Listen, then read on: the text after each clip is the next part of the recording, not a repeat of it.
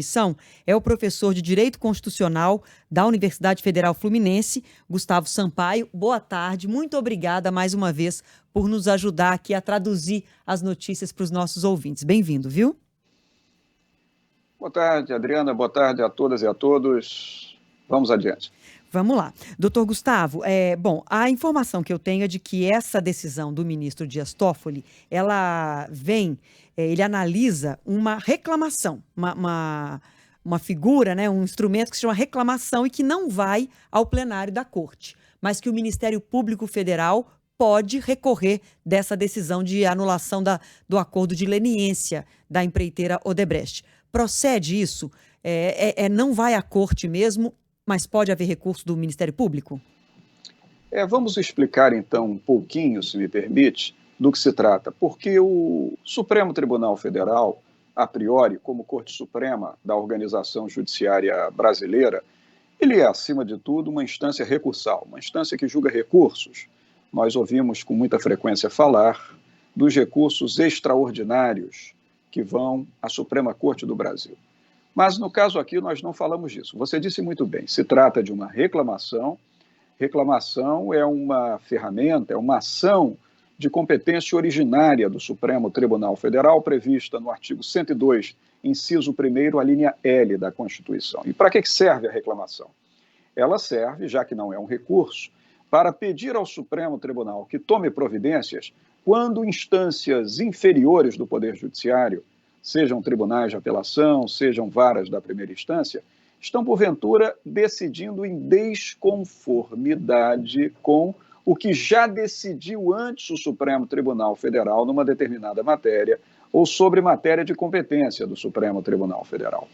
O Supremo Tribunal Federal já fixara na súmula vinculante número 14 que os advogados sempre devem ter máximo acesso às provas colhidas no interior dos inquéritos, dos apuratórios feitos pela Polícia Judiciária, e já viu o julgamento anterior do Supremo Tribunal referente a como se deveria comportar a primeira instância nesses acordos de leniência em obediência a regras procedimentais. Então, com base nisso, a defesa do presidente Lula formulou uma reclamação ao Supremo Tribunal e o Supremo Tribunal decidiu, na lavra do ministro relator, o ministro Dias Toffoli, que, como houve vícios insanáveis, vícios comprometedores do devido processo legal no acordo de leniência celebrado entre a Odebrecht, naquele tempo da Operação Lava Jato, na 13ª Vara Federal da Seção Judiciária do Paraná, então que aquelas provas são todas nulas. A decisão foi monocrática, você disse muito bem, pelo ministro Dias Toffoli. O que o regimento prevê, o regimento interno da Corte? Uma possibilidade de agravo, que pode ser manejada, sim, pelo Ministério Público para forçar uma apreciação colegiada dessa decisão proferida pelo ministro relator, o ministro Dias Toffoli. Ok, então só quando a gente souber se o MPF, o Ministério Público Federal, vai recorrer, vai fazer direito aí desse agravo, é que a gente saberá se vai à corte ou não. Fábio.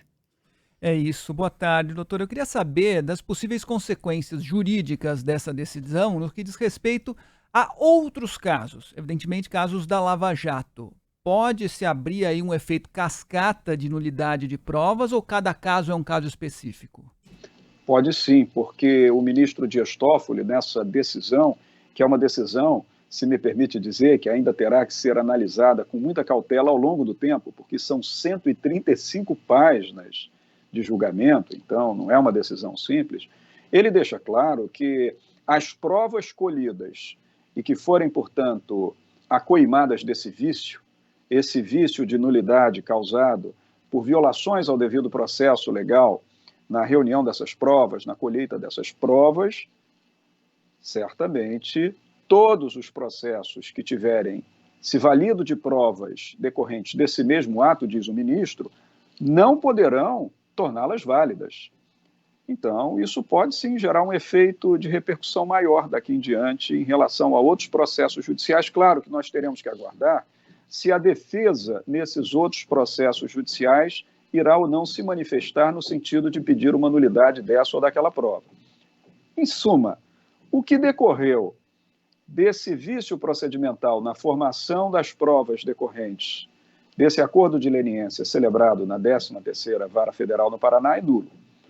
Quando isso vai ou como vai repercutir sobre outros processos, nós veremos a cada caso.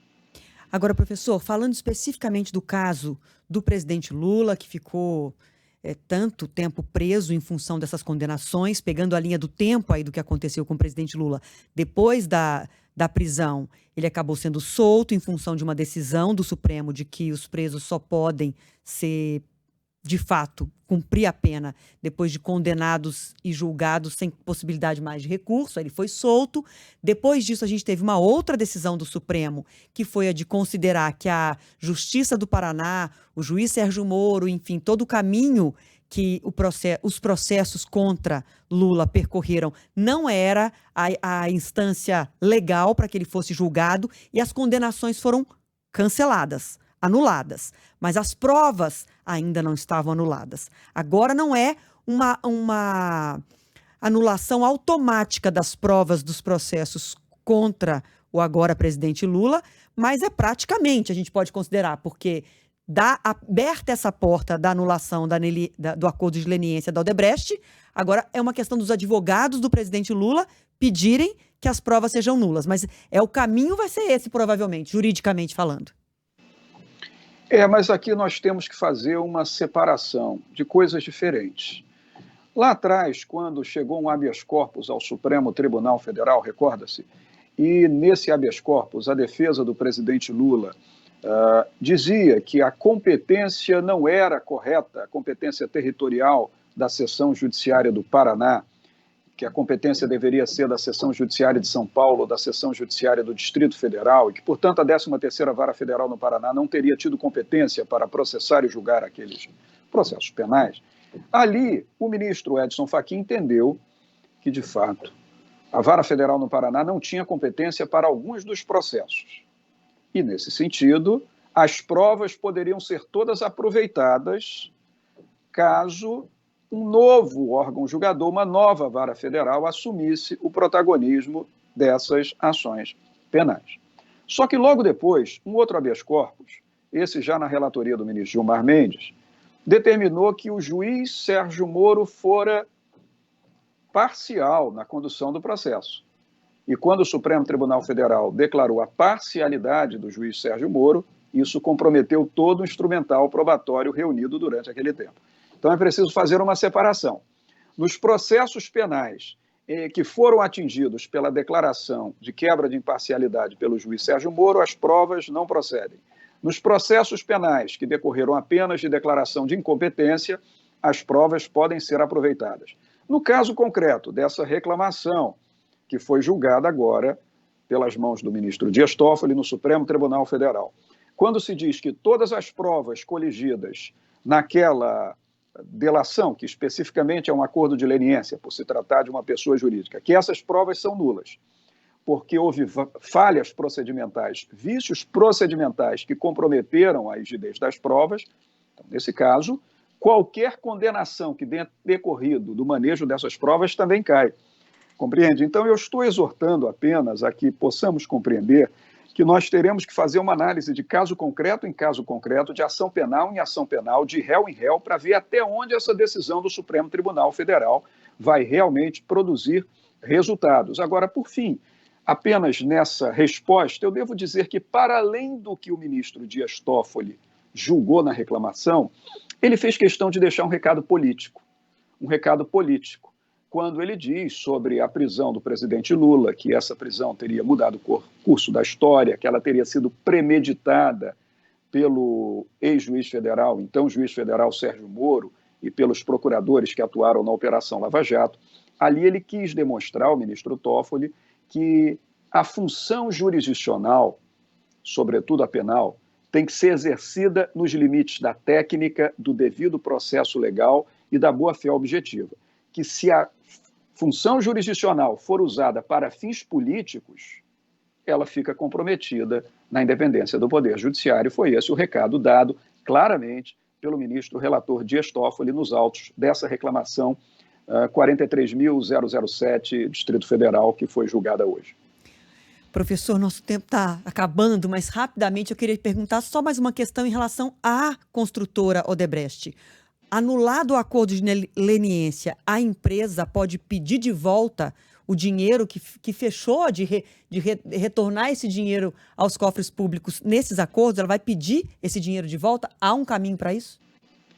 Há um caminho, eu não tenho dúvida que pedir provavelmente ela irá.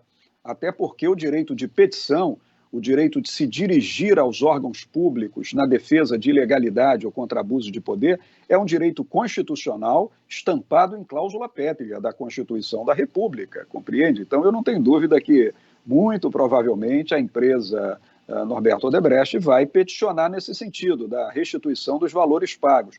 Se isso for feito, vai causar grande repercussão social e política no Brasil. Novamente, nós teremos um acirramento das hostilidades entre direita e esquerda no Brasil. O campo político vai ficar aceso, discutindo politicamente essa decisão jurídica, mas não quer dizer que necessariamente o Poder Judiciário vá concordar com essa restituição. Você está certa em dizer que provavelmente a empresa Odebrecht vai pedir. Agora, se isso vai ser deferido ou não, se essa devolução vai ser deferida ou não, aí nós teremos que aguardar a apreciação que será feita pelos órgãos competentes do Poder Judiciário. Tá certo, professor Gustavo Sampaio, professor de Direito Constitucional da Universidade Federal Fluminense, mesmo num campo minado, que é essa discussão política que polariza tanto o país. Era muito importante ouvir, enfim, com todo o seu conhecimento, para dizer para a gente quais serão e traduzir quais serão os próximos passos, etapas políticas, jurídicas, perdão, desse processo. Obrigada demais, viu, pela ajuda. Nada, eu fico contente de estar aqui com vocês, estou sempre às ordens, e bom jornal para todos vocês. Obrigada, tchau, tchau.